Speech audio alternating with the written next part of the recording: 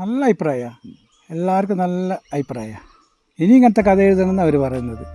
ഞാനത് ചികിത്സേൻ്റെ സമയത്തായിരുന്നപ്പോൾ പെട്ടെന്ന് ഞാൻ മരിച്ചു പോയാലുള്ളതെന്നൊരു ചിന്തന വന്നപ്പോൾ ഞാൻ അപ്പോൾ ഒരു കഥ എഴുതി. രാമചന്ദ്ര ഭട്ടന് ഡോക്ടറുണ്ട്, ആ ഡോക്ടറെ പോയി നിങ്ങൾ കാണണമെന്ന്. അങ്ങനെ ഡോക്ടറെ അടുത്ത് പോയപ്പോൾ ഡോക്ടർ എല്ലാ ടെസ്റ്റും നടത്തി ഞാൻ ലുക്കീമിയ ബാധിച്ചിട്ടുണ്ടെന്ന് പറഞ്ഞ്. ജയന്തിനെ നേരിട്ട് കണ്ടിരുന്നു. മലയാളം അറിയാത്ത ഒരു കുട്ടിയായിരുന്നു. ആ കുട്ടി ഒരു ദിവസത്തെ മലയാളം പഠിച്ച് ഡബ് ചെയ്തു പറയുന്നത് ഒരു വലിയ വിഷയമാണ്. മോൻ രക്ഷപ്പെട്ടില്ല. ഡോക്ടറോട് MBR ഹോസ്പിറ്റലിലെ ഡോക്ടറോടും യാമിനി കൃഷ്ണ ഡോക്ടറോട് പ്രത്യേക നന്ദി.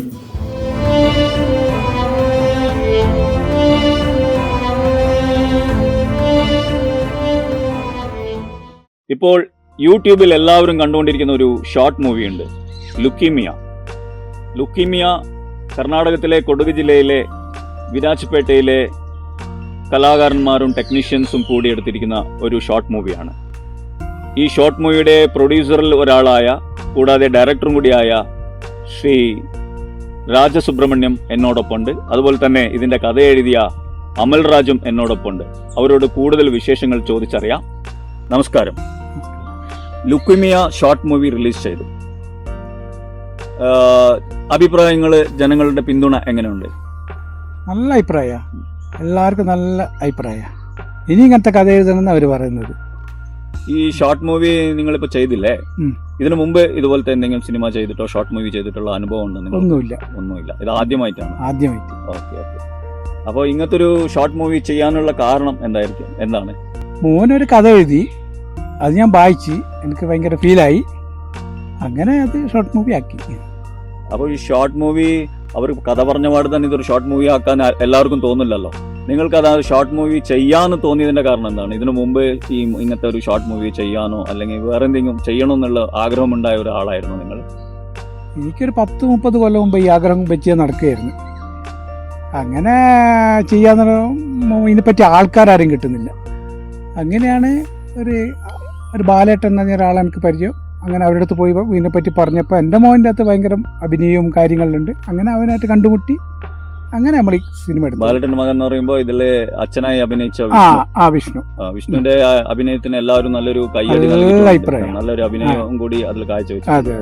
ഓക്കെ. അപ്പൊ അങ്ങനെയാണ് ഈ സിനിമ, ഈ ഷോർട്ട് മൂവി ഇവിടെ. ഈ ഷോർട്ട് മൂവി കഥ മകൻ എഴുതി എന്ന് പറഞ്ഞു. മകൻ ഇതിനു മുമ്പ് കഥ എഴുതിയിട്ടുണ്ടോ? അവൻ നല്ല ചിത്രം വരയ്ക്കണം ചെറുപ്പത്തില്. പിന്നെ കഥ എന്ന് പറഞ്ഞാൽ അവൻ്റെ അനുഭവമല്ലേ, അതുകൊണ്ട് ഈസി ആയിട്ട് എഴുതി. അതിൻ്റെ അകത്ത് അവൻ്റെ തോന്നലുകളാണ് ട്രാജഡി ആയിട്ട് ലാസ്റ്റ് ക്ലൈമാക്സിൽ വന്നത്. ഇന്നിപ്പോ എല്ലാവരും ഷോർട്ട് മൂവി ആണെങ്കിലും വലിയ മൂവി ആണെങ്കിലും ജനങ്ങൾക്ക് എത്തുമോ എന്നുള്ളൊരു ടെൻഷനുണ്ട്. അപ്പൊ ആ ടെൻഷന് വേണ്ടി ജനങ്ങൾക്ക് എത്തിക്കാൻ വേണ്ടി പലതരം ഗിമ്മിക്കുകളൊക്കെ കാണിക്കാറുണ്ട്. ഇപ്പോൾ ഞങ്ങളൊക്കെ സിനിമ ഒക്കെ കാണുവാണെങ്കിൽ ആവശ്യമില്ലാത്ത സ്ഥലത്ത് പാട്ടിടുക, ആവശ്യമില്ലാത്ത സ്ഥലത്ത് ഫൈറ്റ് ഇടുക, ഇങ്ങനെയൊക്കെ ചെയ്തിട്ടാണ് ഒരു സിനിമയെ വിജയിപ്പിക്കുക. അപ്പോൾ ഇതൊരു ട്രാജഡി ബേസ്ഡ് ആയിട്ടുള്ള ഒരു കഥയായിട്ടും ജനങ്ങൾക്ക് എത്തും എന്നുള്ള ഒരു വിശ്വാസം നിങ്ങൾക്ക് ഉണ്ടായിരുന്നോ? തീർച്ചയായിട്ടും. അത് നിങ്ങൾ പ്രതീക്ഷിച്ച പോലെ എത്തിയിട്ടുണ്ടെന്ന് തോന്നുന്നുണ്ടോ? എൻ്റെ പ്രതീക്ഷകൾക്കപ്പുറം ഈ സിനിമ വിജയിച്ചിന്, ജനങ്ങൾ സ്വീകരിച്ചിന്. ഇപ്പൊ ചോദ്യം അമൽരാജിനോട്. അമൽരാജ് ലുക്കീമിയ ബാധിച്ച ഒരു കുട്ടിയാണ്. അതിന്ന് ചികിത്സ തേടി ഇപ്പോൾ രോഗമുക്തിയായ ഒരു കുട്ടിയും കൂടിയാണ്. അപ്പോൾ രോഗത്തിൽ നിന്ന് മുക്തി നേടിയിട്ടും നിങ്ങൾ എന്തുകൊണ്ടാണ് അവിടെ ഒരു ലുക്കീമിയ ബാധിച്ച കുട്ടി മരിക്കുന്ന പോലെ കഥ എഴുതിയിരിക്കുന്നത്? ഞാനത് ചികിത്സേൻ്റെ സമയത്തായിരുന്നപ്പോൾ പെട്ടെന്ന് ഞാൻ മരിച്ചു പോയാലുള്ളതെന്നൊരു ചിന്തന വന്നപ്പോൾ ഞാൻ അപ്പോൾ ഒരു കഥ എഴുതി. ഇപ്പൊ അങ്ങനത്തെ ഒരു പേടിയുണ്ടോ? മരിച്ചു എന്നുള്ളൊരു പേടിയുണ്ടോ? ഇല്ല. ഇപ്പൊ ഞാൻ കാലിക്കറ്റ് MBR ഹോസ്പിറ്റലില് അവിടെയുള്ള ഡോക്ടറെ എല്ലാവരും നല്ല വിശ്വാസം. അവിടുത്തെ കാലിക്കറ്റ് MBR ഹോസ്പിറ്റലിലാണ് ചികിത്സ അല്ലേ? ഓക്കെ. ഞാൻ നിങ്ങളോട് തിരിച്ചു വരാം. മകൻ ഇങ്ങനെ ഒരു കഥ പറഞ്ഞപ്പോൾ നിങ്ങൾക്കും ഈ ട്രാജഡി ട്രാക്ക് കഥയായി എത്തിക്കണമെന്ന് തോന്നിയതാണോ? അല്ല നിങ്ങളുടെ മനസ്സിൽ ഇതിനു മുമ്പ് തന്നെ ഇങ്ങനത്തെ ഒരു കഥ ചെയ്യണമെന്നുള്ള ആഗ്രഹം ഉണ്ടായതുകൊണ്ട് ഇത് എത്തിച്ചതാണ്? എനിക്ക് എൻ്റെ മനസ്സിൽ ഇങ്ങനത്തെ കഷ്ടപ്പാടുകളും ട്രാജഡിയും അതാണ് ഭയങ്കര ഇഷ്ടം. അത് ചെയ്യാനാണ് ഭയങ്കര ഇഷ്ടം. ഹ്യൂമർ അങ്ങനത്ര ഇതില്ല, വശമില്ല എനിക്ക്. ഓക്കെ. ഈ ലുക്കീമിയ ബാധിച്ചവരുടെ കുറേ വർഷങ്ങൾക്ക് മുമ്പൊക്കെ അവരുടെ ജീവിതം തീർന്നുപോയി എന്നൊക്കെ വിചാരിക്കുന്ന ഒരു കാലഘട്ടം ഉണ്ടായിരുന്നു. പക്ഷെ ഇന്ന് സയൻസ് വളരെ വളർന്നിട്ടുണ്ട്. അതുപോലെ തന്നെ മോഡേൺ മെഡിസിനിലും ഇതിന് നല്ല രീതിയിലുള്ള ചികിത്സയുണ്ട്, ആയുർവേദത്തിലുണ്ട് എന്ന് പറയുന്നുണ്ട്. അപ്പോൾ ഇതൊക്കെ ഉണ്ടാവുന്ന കാലഘട്ടത്തിൽ മകനെ തിരിച്ച് ജീവിതത്തിലേക്ക് കൊണ്ടുവരാൻ നിങ്ങൾ ഒരുപാട് കഷ്ടപ്പാടുകളൊക്കെ അനുഭവിച്ചു കാണും. ചിലപ്പോൾ ആ കഷ്ടപ്പാടുകൾ കണ്ടിട്ടായിരിക്കും മകൻ അങ്ങനെ ഒരു കഥയും ഉണ്ടാക്കിയിരിക്കുന്നത്. ഇപ്പോ എന്ത് തോന്നുന്നുണ്ട്? മോൻ രക്ഷപ്പെട്ടില്ല. ഡോക്ടറോട് MBR ഹോസ്പിറ്റലിലെ ഡോക്ടറോടും യാമിനി കൃഷ്ണ ഡോക്ടറോട് പ്രത്യേക നന്ദി. കാരണം മകൻക്ക് ഇങ്ങനെ ഒരു സൂക്കട് ഉണ്ട് എന്ന് അറിയുമ്പോ ആദ്യം നിങ്ങൾ കാണിച്ചത് എവിടെയായിരുന്നു? എന്ന് വെച്ചാൽ നിങ്ങൾ കർണാടകത്തിലാണ് ഉള്ളത്, ചികിത്സ കേരളത്തിൽ നിന്നാണ് നിങ്ങൾ നടത്തിക്കൊണ്ടിരിക്കുന്നത്. അപ്പൊ അതിനുണ്ടായ കാരണങ്ങൾ എന്താണ്? ഞങ്ങൾ മോനെ ഫുള്ള് ക്ഷീണിച്ച് പനി പിടിച്ച്, പിന്നെ ശരീരം മുഴുവൻ വേദനയാണ്. എവിടെ കാണിക്കണം? കൊറോണ ടൈമും കേരളത്തിൽ പോകാനാവില്ല. അങ്ങനെ നമ്മൾ സുള്ളിയം കാണിച്ചതാണ്. സുള്ളിയത്തിന് രാമകൃഷ്ണ ഒരു ഡോക്ടറും പിന്നെ സുബ്രഹ്മണ്യ ഡോക്ടർ എല്ലിൻ്റെ ഡോക്ടറാണ് പറഞ്ഞത്, ഇത് നിങ്ങൾ പറയുന്ന രോഗം എല്ലിൻ്റെ അല്ല, നിങ്ങൾ പിന്നെ അടുത്തൊരു രാമകൃഷ്ണ ഭട്ട് എന്നിട്ട് ഡോക്ടറുണ്ട്, ആ ഡോക്ടറെ പോയി രാമചന്ദ്ര ഭട്ട് എന്ന് ഡോക്ടറുണ്ട്, ആ ഡോക്ടറെ പോയി നിങ്ങൾ കാണണം. അങ്ങനെ ഡോക്ടറെ അടുത്ത് പോയപ്പോൾ ഡോക്ടർ എല്ലാ ടെസ്റ്റും നടത്തി, ഞാൻ ലുക്കീമിയ ബാധിച്ചിട്ടുണ്ടെന്ന് പറഞ്ഞ് നിങ്ങൾ ഇപ്പം തന്നെ എത്രയും പെട്ടെന്ന് മംഗലാപുരത്ത് പോകണമെന്ന് പറഞ്ഞ്. ഞാൻ പറഞ്ഞു സാറേ നമുക്ക് അവിടെ ആരുമില്ല, നമുക്ക് കേരളത്തിലാണ്. അങ്ങനെ നമ്മൾ കേരളത്തിലേക്ക് പോകുന്നത്. അങ്ങനെ നമ്മളെ ബന്ധുക്കാരായ ഒരു മരുവാൻ നേരെ അവിടെ നമ്മളെ ഹോസ്പിറ്റലാക്കുന്നത്.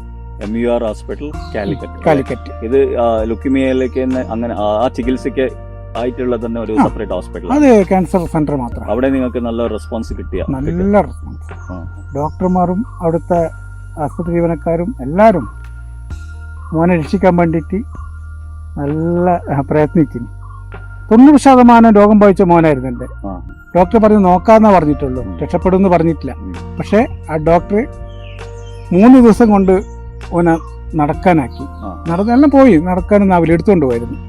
പിന്നെ ഡോക്ടർ അതിൻ്റെ മരുന്ന് കൊടുക്കാം എന്നിട്ട് അങ്ങനെ യാമിനി കൃഷ്ണ ഡോക്ടറുടെ നേതൃത്വത്തിൽ ഓൻ്റെ ട്രീറ്റ്മെൻറ്റ് ആരംഭിച്ച് 1.5 മാസത്തെ ട്രീറ്റ്മെൻറ്റിന് ശേഷം ടെസ്റ്റ് ചെയ്യപ്പോൾ നടത്തി. ഒന്ന് ഡൽഹിയിൽ എന്തോ ടെസ്റ്റാണ്, പിന്നെ അവിടെ തന്നെ. അപ്പോൾ അതിൻ്റെ അകത്ത് കുറച്ചും കൂടി മാറാനുണ്ടായി. അപ്പോൾ ഡോക്ടർ പിന്നെ നമ്മളെ വിളിച്ചിട്ട് പറഞ്ഞ് ഇങ്ങനെ ഒരു 6 ഇഞ്ചക്ഷൻ കൂടി കൊടുക്കണം, വലിയ പൈസയാവും, ഒരു ഇഞ്ചക്ഷന് എന്തോ 1 ലക്ഷത്തിന് മേലെ പൈസയാവും, ആവുമെന്ന് വെച്ചു. നമ്മൾ സാർ ആവുമെന്ന് പറഞ്ഞു. അങ്ങനെ ഒരു കൊല്ലശേഷം ഫുൾ ആരോഗ്യവാനായി അവൻ തിരിച്ചു വന്നു ഞങ്ങളുടെ ജീവിതത്തിലേക്ക്. ഇപ്പം ഒന്നുമില്ല, അവന് കളിക്കാം അവിടെ. പക്ഷേ സ്കൂൾ പറഞ്ഞയച്ചില്ല, കാരണം ഈ കൊല്ലം കൂടി കയ്യട്ടെ. ഡോക്ടർ എപ്പോൾ പറഞ്ഞിട്ടുണ്ട് സ്കൂൾ പറഞ്ഞു ഒരു പ്രശ്നമില്ല, പക്ഷെ നമുക്കൊന്നൊരു പേടി പോലെ. അങ്ങനെയാണ് നമ്മൾ അടുത്ത കൊല്ലം ഒന്നുകൂടി SLC ക്ലാസ് പോയിട്ട് എക്സാം എഴുതിക്കോട്ടെ എന്ന് വിചാരിച്ചു. ഓക്കെ, ഈ ജീവിതാനുഭവമാണ് നിങ്ങൾക്ക് ഇങ്ങനെ ഒരു സിനിമ ഉണ്ടാക്കാൻ പ്രേരിപ്പിച്ചത് അല്ലേ? അതാണ് നമ്മളെ മാന്യ പ്രേക്ഷകർ അറിയണം. നമ്മുടെ ജീവിതത്തിൽ ഉണ്ടാവുന്ന ഒരുപാട് അനുഭവങ്ങളാണ് ഞങ്ങൾക്ക് കഥ ഉണ്ടാക്കുന്നത്. ലുക്യമയെ ബാധിച്ച് പേഷ്യൻ്റായി കിടന്ന അമൽരാജിന് ഇങ്ങനത്തെ ഒരു കഥ മനസ്സിൽ തോന്നിയതും അതുകൊണ്ട് തന്നെയാണ്. അതൊരു സിനിമയാക്കി ജനങ്ങൾക്ക് എത്തിക്കണം എന്ന് തോന്നിയതും ശ്രീ രാജസുബ്രഹ്മണ്യൻക്ക് അതുകൊണ്ട് തന്നെയാണ്. ഞാനിതിൽ ബാലതാരമായി അഭിനയിച്ച കുട്ടിയുടെ പേരെന്താണ്?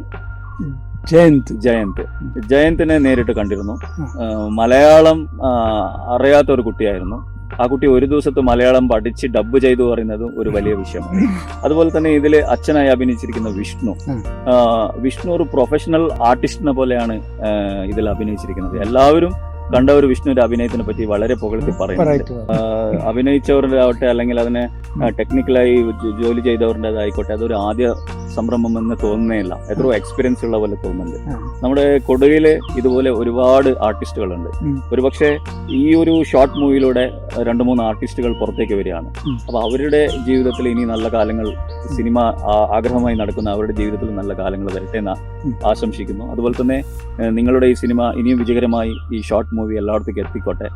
അതുപോലെ തന്നെ നിങ്ങൾക്ക് ഇനിയും പുതിയ പുതിയ കഥയുമായി ഷോർട്ട് മൂവികളോ അല്ലെങ്കിൽ വലിയ മൂവികളോ ചെയ്യാനുള്ള ഒരു പ്രോത്സാഹനം ഇതിലൂടെ കിട്ടട്ടെ എന്ന് ആഗ്രഹിക്കുന്നു. അതുപോലെ അമൽരാജിന് കഥ ഇനിയും എഴുതിക്കൊണ്ടിരിക്കണം. കഥ എഴുതുക, കഥ എഴുതി ജനങ്ങളിലേക്ക് എത്തിക്കുക. ജനങ്ങൾ തീരുമാനിക്കും അത് നല്ലതാണോ നല്ലതില്ലയോ എന്ന് ജനങ്ങൾ തീരുമാനിക്കും.